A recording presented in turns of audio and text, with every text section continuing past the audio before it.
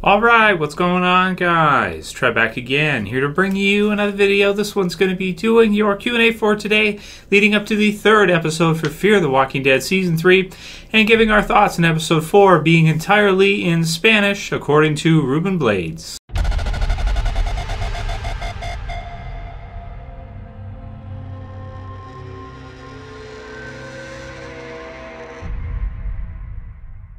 And spoiler warning as usual, if you guys are not cut out for Fear the Walking Dead, which is up to the double premiere before episode 3 starts, which is tonight, so pretty excited for it. Man, it's absolutely beautiful day outside. Sorry for a little bit more brightness than usual, guys. I'm filming during the day. It's a really nice day. So I hope you guys are having a good one. God, the weather's been beautiful here lately.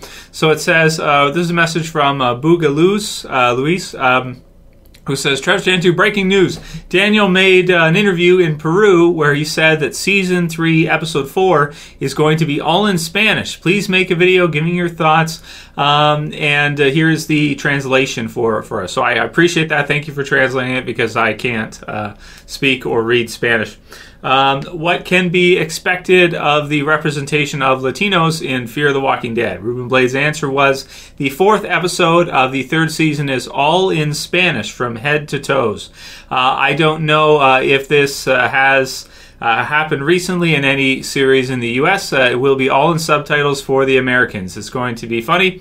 I bet the Americans will hate it. And I think he's right, actually. Now, personally, I don't have an issue with reading subtitles. I do it all the time. Anytime I watch anime, any anime series, and I've seen so many of them, a lot of them I actually prefer to have English subbed, depending on, the version, the release, versus the dub version where they dub over the voice and stuff. A lot of times the sub version for me, I like it better to see like the original. So for this, I think he's right, actually, that, Episode 4 might be one that, us Caucasian people don't like. Because I've seen this quite a few times with Fear already. Because you have such a Latino presence, you have, Mexico, and we're in that, country, and everybody around is Mexican, that kind of thing. I actually think that may have affected, the American audience for Fear. Because I notice with Fear, you have a lot of people that are, Mexican or, of that kind of heritage, who seem to like Fear more. So it's true that you do have some kind of bias, I suppose, not just for Fear, but pretty much anything. People generally like things that are similar to themselves. So, Americans like American shows. You don't have many that would watch like UK shows or something, whereas people from the UK were going to like UK shows. So it's just what it is. But personally, I'm excited to see this because we don't know what's happened with Daniel. It's kind of been confirmed that it's sort of been confirmed outside of the series that he will be returning, that Ruben Blades will be returning. So from the sounds of it, if the entire episode for Episode 4 is going to be a Spanish episode, then it follows to me in Mexico, most likely. It would follow to me that maybe we'll see what happened to him. So maybe he'll get kind of like a Here's Not Here episode or something, where we get to see what happened with him from the mid-season finale, Season 2, up until now. Maybe Ofelia finds him or something, and then they spend the whole time in Mexico. So it'll be interesting to see how this kind of works its way back in with the others, or if, Fear is kind of like more of a branched out story. We know we have the Clark family in one spot. We've got Strand by himself as far as the group goes, like him, being a lone wolf, so to speak, from our original group by himself, and then Ofelia out there somewhere. So with Episode 4 being, with this news, in other words, prediction, I would say it makes most sense that maybe we'll see Daniel return in Episode 4, and we'll see Ofelia maybe get her own episode or something like that based on her location from the whole thing being in Spanish. So pretty cool, and you guys can write your comments below. Let me know what you think about it. Personally, I like it, and it's cool to kind of mix it up. And I do like this kind of idea to have sort of character-focused episodes here and there. Not a bad thing, like a Here's Not Here thing for Daniel and maybe Ofelia. Although I'm not a big fan of Ofelia right now, but I do like Daniel more. And of course, with our recent major character death on the double premiere, they might need to have Daniel back in the show because they just don't have that many, A-listers from the first season. season, I want to say, with Fear. They're kind of building anew, but, you know, there's not that many that have survived up until now. If you compare it to the roster of something like the original Walking Dead or a lot of other series where you just have, you know, so many of those survivors from the first season or people that were in the first season of the show still in the show, depending on what kind of genre and what it is. Trolltimate Offender says, Q&A, is Madison from Fear as a leader closer to the mold of Shane than Rick? What do you guys think? So you guys can write your comments below for this one as well, too. Do we think that Madison is more like Shane than like Rick? I would say yes, I think she is. I think she's probably very far ahead of her time, considering Rick is still in the coma right now. And she's probably more similar to Shane and, you know, killing if she has to and doing things like this than Rick was, you know, certainly is at this time. Or even Shane is at this time. But if you look at like that season 2, kind of where they were at, although Rick did say, I think, that they would just take this place if they had to. So that's kind of similar to Madison. If you look at like season 2, Rick, farm Rick, post-farm Rick, versus, you know, and also what happens with the prisoners in season 3 in that. So, but I would say that she is a lot like Shane right now in that she'll do basically anything for the group to survive, and I don't think she'll have almost any trouble with killing anybody, as we saw with Celia in season 2. So I'd say she's more like Shane, and I think you're right about that. Next one is, Trev, do you think we'll eventually see Alex show up again in Fear the Walking Dead? She's the girl from Flight 462 miniseries and was with the Pirates in Season 2. Also, if she did appear in Season 3, would she feel guilty at all for capturing Travis back then, now that he's dead? I kind of doubt it. There's some other characters as well, too, like Tobias and that with Fear, it seems like they're not going to... Because they've moved around so much in that, I don't think it makes sense that we'd ever really see Tobias again in Fear the Walking Dead, and he kind of be like a seasoned character that's kind of out there somewhere. Alex, I think, is the same. I think they kind of used the flight to promo that season, of course, as they've done with Passage this season. And then, of course, after her kind of storyline is gone, she kind of disappears into the background, so to speak. I think it makes sense for Fear because telling the story from the beginning of the zombie apocalypse, there's going to be a lot of survivors all over the place. Not everybody is going to survive long term, and we're not going to see every single person that we meet along the way and their fate, because there's other characters too from season 2, like the earlier season with the survivalists, the remaining members of the survivalist family in that. You know, you have different characters here and there all over the place in Fear that we may not see again. I'd almost guarantee we're not going to see them all, and that's just kind of how it is based on, you know, the kind of story that they're telling being different from The Walking Dead, where they're more kind of situated. The Fear group has been well traveled compared to the original Walking Dead group, of course, at this time. Sheldor says, hey Trev, how do you think the people from the Passage miniseries will figure into Fear the Walking Dead Season 3?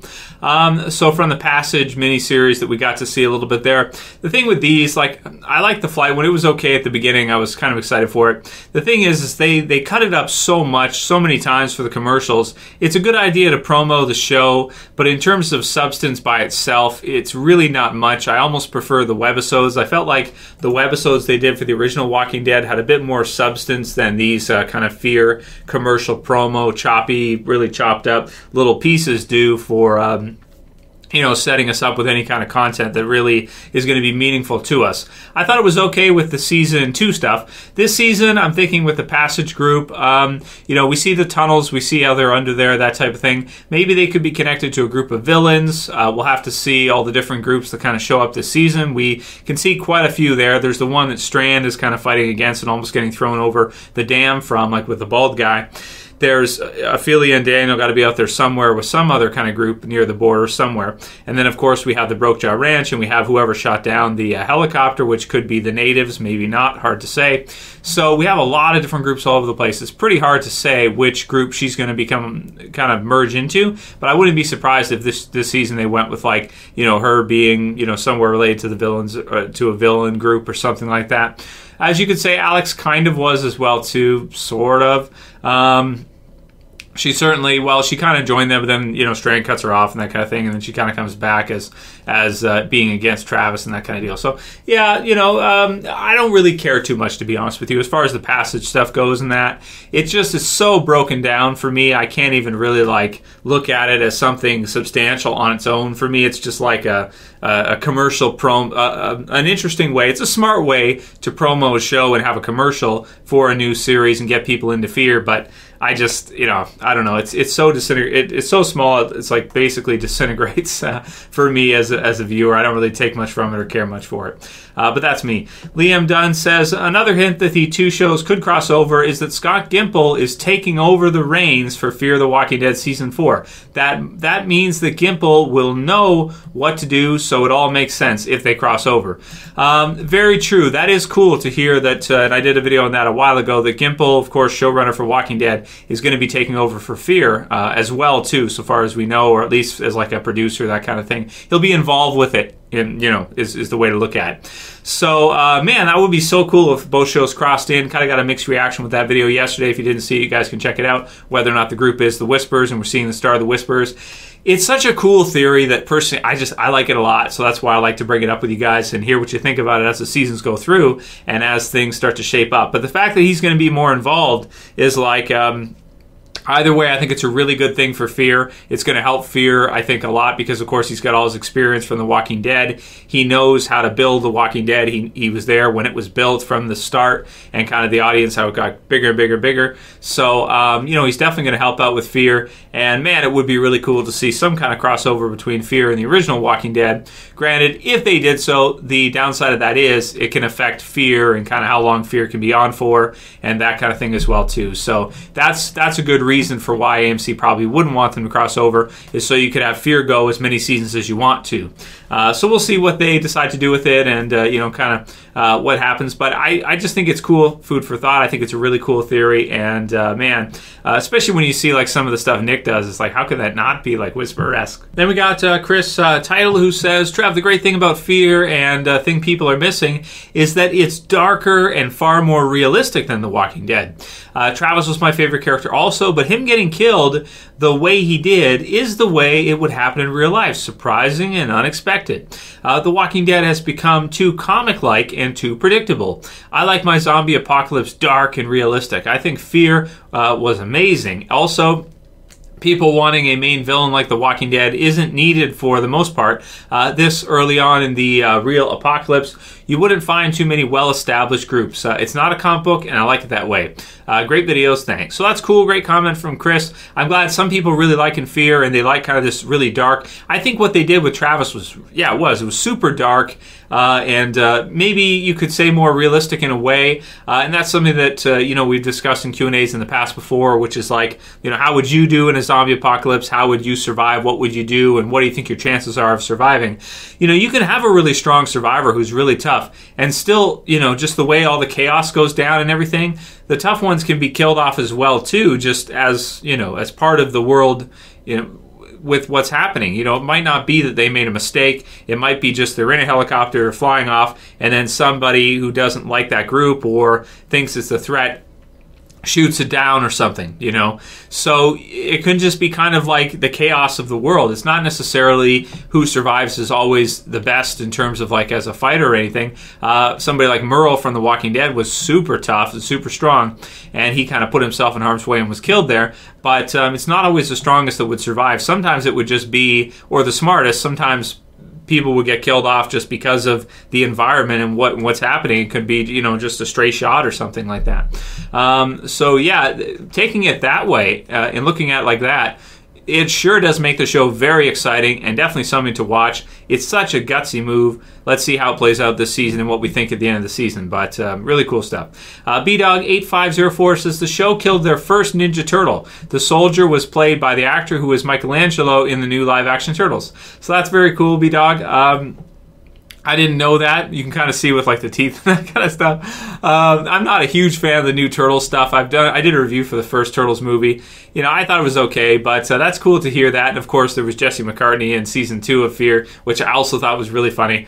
Yeah, so it's cool the way they're getting a few people, and they're not that noticeable for, you know, they don't take me out of the experience. They haven't cast anybody where I looked at them was like, you know, even though Kim Dickens was in Gone Girl and was excellent in that movie as well too. That's a great movie. If you guys haven't seen Gone Girl, definitely want to watch that. It's a really good one. A couple more. Jason DeVoe says, a couple questions for the Q&A for you, Trev. What character from the original Walking Dead do you think will show up on Fear the Walking Dead, as I think it's going to happen someday? So, you know, like we said, they're kind of avoiding crossovers right now. It doesn't look like they're going to do that, but we'll see. You know, you never know for sure, and it could help out Fear. But character fits best, I would say, probably would be somebody like Morales, who disappeared. I would actually really like if they brought him into Fear. I just think that would be so cool, you know, to do that. Even though, you know, like, kind of wish the whole Morales thing would just die and people would stop talking about it. But since they won't, and it seems like that's what fans want, you know, I mean, we could see it at some point. I think he would do a better job crossing over than a lot of the other characters. Last one will be from Liam Dunn, who says, "Hey Trev, do you think Ofelia was the one who shot down the chopper? Since we saw her with a car that had a machine gun attached to it in a screenshot a few months ago." And that's true, we did. That would be really crazy. And again, with the darkness there that Chris brought up earlier, if that ends up being her that was the one who shot it down, that would be really very dark and really crazy, because then it's like, oh shit, Ofelia was the one who killed Travis? Wow. You'd have people hate her even more then, though, right? So, and I don't think she needs any help with people hating her, but if they want to go a villain route with her, then maybe that makes sense. But I don't think so. Anyway, that'll be it for today's Q&A, guys. I'll see you again tonight, of course, for the review, as usual, and predictions for next week's episode of Fear. Really enjoying this kickstart to Fear after the double premiere. If you guys like this video, please thumb it up below. You can also share. You can favorite. And if you're new and you want to subscribe to the channel, please, appreciate it. Subscribe to the bottom left. That's it for this one. See you guys tonight. As always, it's Trev, and I'm saying peace. Later, guys. See you soon.